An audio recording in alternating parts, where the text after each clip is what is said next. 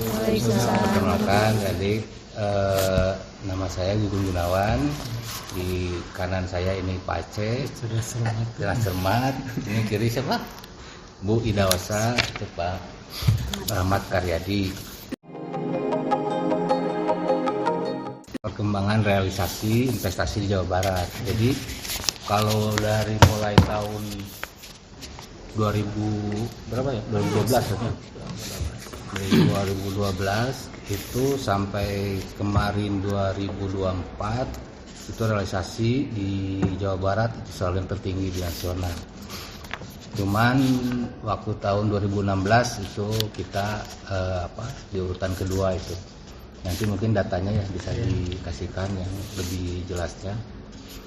Jadi kalau di 2024 ini 2023 itu capaian realisasi investasi sebesar 271 ya. 2024. Itu target 2024. Di 2024 200 ya kurang lebih 270-an triliun itu. Itu terbagi dari PMA dan PMDN. Jadi status penanam modal itu kan ada dua, yang asing sama yang dalam negeri. Nah, untuk perbandingannya itu masih lebih besar dari oleh asing untuk penanaman modal di Indonesia, di Jawa Barat ini khususnya itu. Nah, untuk sektor kecenderungan tren sekarang ini dari industri itu bergeser ya. Karena yang pertama itu sekarang itu di properti. Jadi yang pertama realisasi paling tinggi investasi itu adanya di properti. Nah, yang kedua itu baru di pengolahan. Salah satunya tadi itu sektor industri. 5 besar ini ada di real estate, pengolahan, jasa kesehatan dan kegiatan sosial, informasi dan komunikasi, dan transportasi dan pergudangan. Nah, mungkin karena Jawa Barat ya lahannya kan cuma segitu-gitu aja kan ya. Arah dari banyak investor mengembangkan gitu di bidang usaha lain selain dari pengolahan, ada di pergudangan itu sebesar 5,58 triliun. Nah, ini kecenderungan yang sering meningkat dari tahun ke tahun. Kalau di sektor PMA-nya ini di pengolahannya itu 67,7 triliun. Jadi kalau perusahaan-perusahaan asing masih berkutit di sektor-sektor industri atau pengolahan. Jadi sebenarnya yang paling tinggi itu dari Singapura, tapi bentuknya jasa. Jasa. Kemudian untuk sebaran investasi di Jawa Baratnya, untuk kabupatennya masih di Kabupaten Bekasi yang tinggi. Kebetulan. Bekasi, Bogor, Bandung, Karawang itu masih dia memegang investasi paling tinggi di Jawa Barat. Kalau untuk sekarang yang mau masuk ke kita itu yang gede itu kan BYD. Kendaraan listrik ya. Di Subang itu. BYD, kemudian Pinpes. Itu yang sekarang yang lagi mau masuk yang besar-besar kaitan dengan industri. Disampaikan oleh Pak Aceh, memang betul untuk lokasi investasi yang terbesar di Jawa Barat itu kan memang betul di Bekasi Karawang. Sekarang untuk penyebaran itu industri sekarang berarah ke daerah Purwakarta, Subang. Makanya di daerah sana kan sudah banyak pabrik-pabrik yang didirikan, kemudian serapan tenaga kerja juga sudah mulai ada peningkatan gitu kan, jadi pengangguran sudah mulai ditekan gitu. mungkin itu keterkaitan dengan memang investasi di kita itu yang memang cukup meningkat itu dari Tiongkok gitu ya, yang semula memang Tiongkok di return ke berapa, memang sekarang di nomor 1 gitu kan. Di depan itu memang Singapura juga, kalau dulu kan diantaranya mungkin diantara Amerika macam-macam gitu ya. Cuma sekarang memang dari Asia Tiongkok memang cukup tinggi juga gitu. Seperti yang sampaikan Pak Gugum juga betul, kalau Jawa Barat memang sekarang menjadi salah satu daerah minat investasinya cukup tinggi juga gitu kan. Mereka kan tadi BID ya gitu kan ya, mau didirikan di Jawa Barat.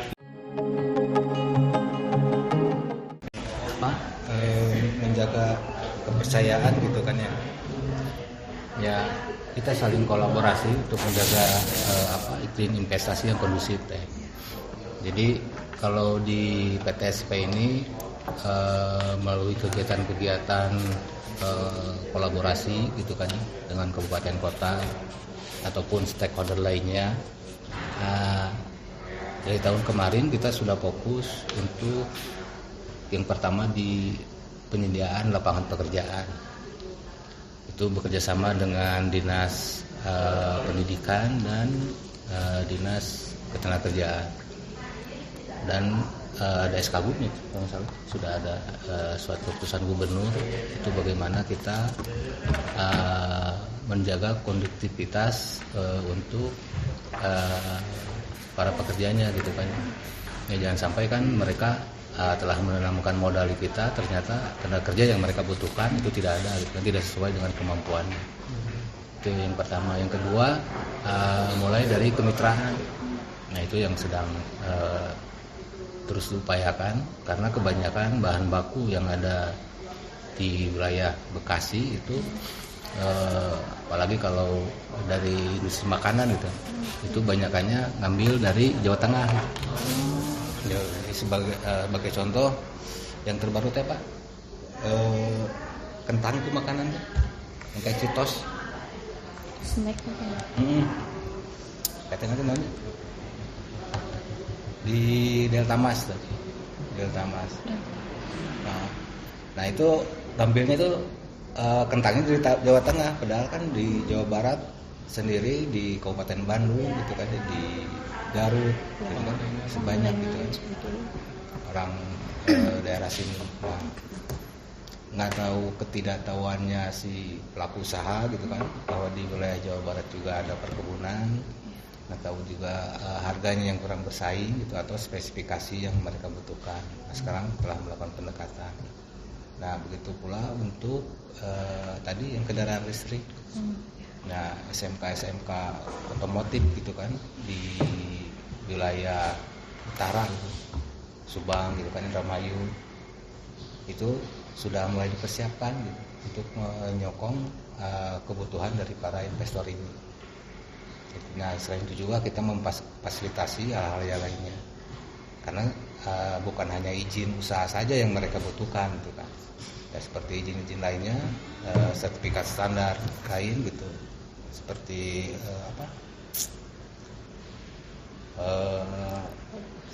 untuk kebutuhan ISO-nya gitu kan ya. Dan lain sebagainya itu tim dari pelayan perizinan kita juga memfasilitasi bagi mereka. Itu mungkin. Kita kan tidak boleh diskriminasi. Jadi sebenarnya prinsipnya perlakuan terhadap penanam modal asing dan dalam negeri itu sama. Dari sisi pelayan perizinan, dari sisi fasilitasi dan lain-lainnya sebenarnya prinsip sama. Ya. Cuma memang mungkin kalau untuk asing, memang biasanya kan kalau asing ada persyaratan-persyaratan. Paling perbedaannya hanya di situ, tapi secara pelayanan, kemudian fasilitasi, kemudian pendampingan, kita tidak boleh diskriminasi. Hanya memang kalau untuk asing ada persyaratan tertentu, misalkan dari sisi bidang usaha, kalau asing kan hanya boleh satu gitu. Kemudian nilai investasinya minimal dia harus 10 miliar ke atas. Kemudian dari sisi perpajakan juga sama. Dari sisi fasilitasi tadi pajak pajak masuk itu sama. Jadi prinsipnya tidak khususon gitu ya. Ya tapi tadi ada persyaratan-persyaratan tertentu. Itu mungkin kalau secara umum secara prinsip tidak. Berarti perbedaannya hanya persyaratan aja ya Pak? Ya, ada Terus persyaratan. itu yang saya pertanyaan tadi sebelumnya ya, terkait dengan apa namanya Hubungan baik dengan para investor. investor ya. Iya. Ya, di antaranya dua hal gitu kan untuk hubungan baik dengan para investor itu kan kita menjaga integritas gitu, kemudian memberikan pelayanan yang terbaik ya, excellent service gitu kan, dengan setelah diraihnya oleh kita adanya BBK ya, wilayah bebas korupsi, kemudian kita jadi BBBM ya, wilayah bebas korupsi dan melayani gitu kan, dimana Jawa Barat itu dengan prestasi seperti itu kemungkinan sudah mendapatkan aliyah anugerah layanan investasi itu kan ya. Itu memberikan bukti bahwa Jawa Barat telah istilahnya membuktikan bahwa kita menjaga hubungan baik dengan para investor. Selain daripada itu juga untuk menekankan hubungan yang lebih baik lagi, Dinas PMPTSP sedang merancang suatu draft gitu kan, itu draft rancangan peraturan daerah terkait dengan investasi dan kemudahan berusaha. Kebetulan beliau ini yang merancang gitu kan dengan pimpinannya gitu kan, dengan pimpinan. Ya itu kan memang salah satu untuk menjaga hubungan baik para investor biar mereka percaya gitu dengan berinvestasi di Jawa Barat gitu kan. Jadi segi regulasi juga kita memberikan terbaik buat para investor yang nanti akan berinvestasi di Jawa Barat gitu kan.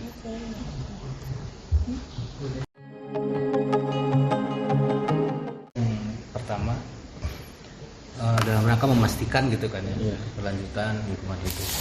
Nah sebenarnya di arah kebijakan Perda yang sedang kita buat itu sudah mulai ke arah yang green ya, gitu, untuk apa, blue investment dan green investment gitu. Nah adapun kawasan-kawasannya gitu, seperti contoh kita ada Perpres 68 Urbana 87 2001. Nah itu kawasan rebana. Rebana ini mulai dari Sumedang, Majalengka, Kuningan, Cirebon, Indramayu, Subang, 7 kabupaten kota. Nah, itu telah dipersiapkan oleh pemerintah Provinsi Jawa Barat gitu kan, dalam rangka untuk mendukung kebijakan tersebut. Jadi itu. Nah dalam pelaksanaannya di kami juga jadi kan gini, apa itu yang dimaksud dengan keberlanjutan di sini itu kan jangan sampai investasi hari ini itu menghabiskan sumber daya untuk masa depan nanti anak cucu kita gitu kan. Jadi ya semua kan dibatasi kalau nanti punya anak dan cucu gitu. Nah, bagaimana dalam rangka itu kita membatasi dari hal produksi gitu kan, dalam hal pengolahan limbah, yaitu tentu saja sudah diakomodir di awal perusahaan membuat dokumen lingkungan gitu. Nah kita tahu kalau di bagian barat nih, Bekasi, Karawang gitu kan udah terlalu padat ya. Iya. Industri itu udah banyak lah model-model di sana, tanpa dulunya mungkin perencanaan zaman dulu asal masuk aja gitu kan, investasi besar masuk gitu, tanpa memperlihatkan hal-hal yang lain. Yang mudah-mudahan dengan tidak keterlanjuran seperti dulu gitu kan, disiapkannya kawasan ini ya bisa itu menjaga nanti keberlanjutannya gitu. Nah hal lain juga di Perda yang sedang disusun ini. Apabila nanti perusahaan dengan kategori-kategori tadi apa yang disebutkan itu kita memberikan fasilitas ya, baik insentif fiskal, non fiskal. Fiskalnya seperti pengurangan pajak gitu kan, yang daerah gitu yang mampu, nah, kita bisa mengurangi pajaknya. Kalau fasilitas non fiskalnya mah seperti apa pendampingan gitu ya, tadi Pak Aceh, Pak Rahmat sampaikan ya telah kita lakukan juga. Itu memang di 5 tahun ke depan ya kita dorong ke sana gitu, ke arah industri gitu. Yang pertama tadi dari program kemitraan itu. Nah itu bagaimana nanti UMK ini naik kelas gitu kan. Para pelaku usaha besar kan tidak semua mengetahui para pelaku usaha UMK yang ada di Jawa Barat. Nah jadi kita mendorong apa saja kebutuhan dari industri besar gitu kan yang bisa disiapkan oleh para UMK di kita. Nah selain itu program-programnya yang pertama dalam rangka menaikkan kelas UMK kita ada fasilitasi untuk pembuatan sertifikat halal kan ya, terus SNI gitu. Nah itu sekarang di front office kita itu tidak hanya untuk melayani pembuatan NIB aja. Jadi para UMK yang membutuhkan izin-izin tadi yang saya bilang yang lainnya itu bisa langsung dilayani di sini tanpa harus kita ke Jakarta gitu kan atau kemana. Dan orang sertifikasi halal sama SNI sudah ada di loket kami di sini. Ya itu. Jadi masyarakat di Bandung lah Jawa Barat yang dekat dengan kantor-kantor PTSP itu sudah bisa langsung. Gitu.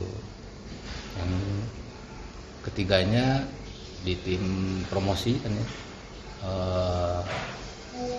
Kemarin hari Sabtu juga melakukan inkubator untuk para startup yang ada di wilayah Bandung, kalau sekarang masih di wilayah Bandung. Terus matchmaking juga sering dilakukan gitu dalam rangka keterlibatan antara UMK dengan pelaku usaha besar. Begitupun dengan portal-portal digital, ada aplikasi yang namanya Sikertas. Nah di situ pelaku usaha bisa melihat UMK yang telah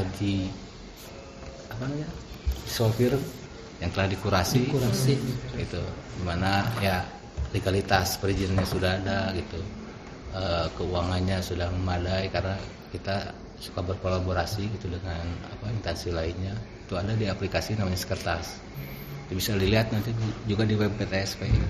Nanti ada namanya Sikertas, nah situ kumpulan para UMK yang telah dikurasi gitu. Oh, jadi aplikasinya tuh tersedia di webnya? Ada di web. Oh, iya. Gitu di web PTSP nanti ada Sikertas ya, tombol Sikertas diklik situ nanti banyak para UMK yang berusaha itu atas usulan juga dari kabupaten kota. Karena kan kalau kita skupnya provinsi ya, bukan hanya di kota Bandung gitu, di yang lain-lainnya. Ya begitupun nanti kalau pelaku usaha besar membutuhkan hal-hal yang lain, mereka juga bisa diinformasikan di Sikertas itu.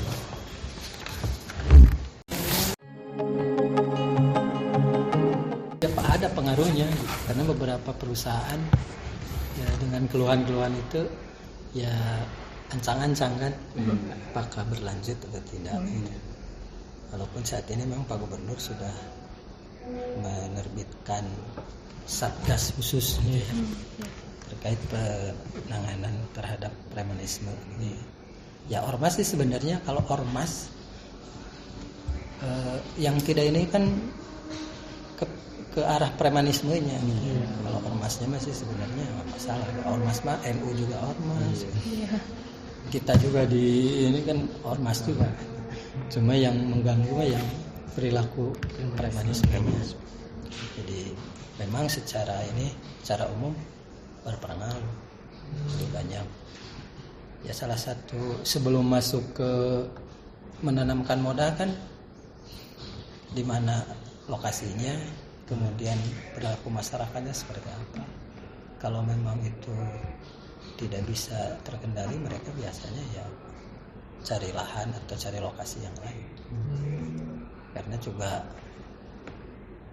Apalagi mahasiswa mah udah pada tahu kan, udah ke nilai-nilai kan, itu mah udah biasanya kan di luar kos gitu ya. Nah tapi kos gitu ya, tapi hitung-hitungannya kan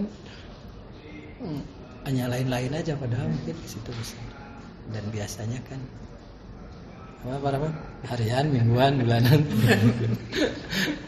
Ya secara prinsip berpengaruh. Apalagi untuk yang kecil-kecil ya. Saya juga pernah punya teman mau usaha gitu, belum apa-apa, baru persiapan aja sudah ini, akhirnya dia batal. Nggak jadi karena pusing ya. Saya yang ngesang, dia yang enak. Iya. Ya yang beredar seperti itu. Legalitasnya juga ada, undang-undangnya juga tentang keormasan. Sebetulnya ormas itu sebagai mitra pemerintah juga sih dalam sistem pemerintahan gitu kan. Nah karena sebagai NGO ya, sebagai non government organization gitu kan, mereka itu memang harusnya bermitra dengan pemerintah dalam rangka melakukan pembangunan kayak gitu kan ya. Cuman ketika ormas tidak sesuai dengan peraturan perundang-undangan, yaitu yang sebut oknum ya, premanisme kayak gitu kan ya, karena dengan dia beralasan mencari pendapatan tapi dengan cara tidak legal gitu ya, gitu. Itu yang memang menghambat investasi ya. Tapi bila mana mereka memang dikendalikan dengan baik dan benar, mungkin mereka bisa menjadi salah satu pendukung dari investasi ya. Misalnya mereka menyediakan tenaga keamanan ya, itu bisa menjadi nilai positif gitu ya. Tapi ketika tadi disampaikan oleh Pak Aceh ya, memang premanisme itu yang sifatnya itu yang mengganggu, itu yang memang menghambat investasi gitu. Dan itu saya gitu. Target realisasi gitu ya. Kalau target realisasi tahun 2025 sebesar berapa? 271 triliun Jawa Barat tahun 2025. Triwulan pertama hasil rilis BKPM kemarin realisasinya kan kita sudah keluar gitu ya, rilisnya sebesar Jawa Barat itu 68 triliun. Berarti berapa persen? Nanti kalanya. Dan posisinya memang berada di kedua. Jadi triwulan sekarang itu kedua setelah DKI. DKI 69. Ini beda 1 triliun. Sedikit. Bisa 1 triliun. Saya juga belum pernah lihat. Gitu. Kemudian terkait dengan target-target investasi ke depan, sesuai tadi kan kita juga sedang merancang kebijakan gitu ya. Jadi memang target-target ke depan khususnya dalam pengembangan investasi ini terkait difokuskan terhadap hilirisasi gitu yang sekarang, karena sesuai arahan Pak Wapres itu kan ngobrolnya kan hilirisasi terus. Iya. Kemudian tadi green investment gitu ya. Blue investment. Jadi green investment itu bukan berarti atapnya dicat hijau kan ya. Nah ini green juga.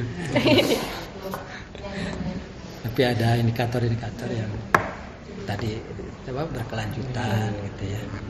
Itu juga fokus ke depan. Kemudian pangan, struktur gitu ya.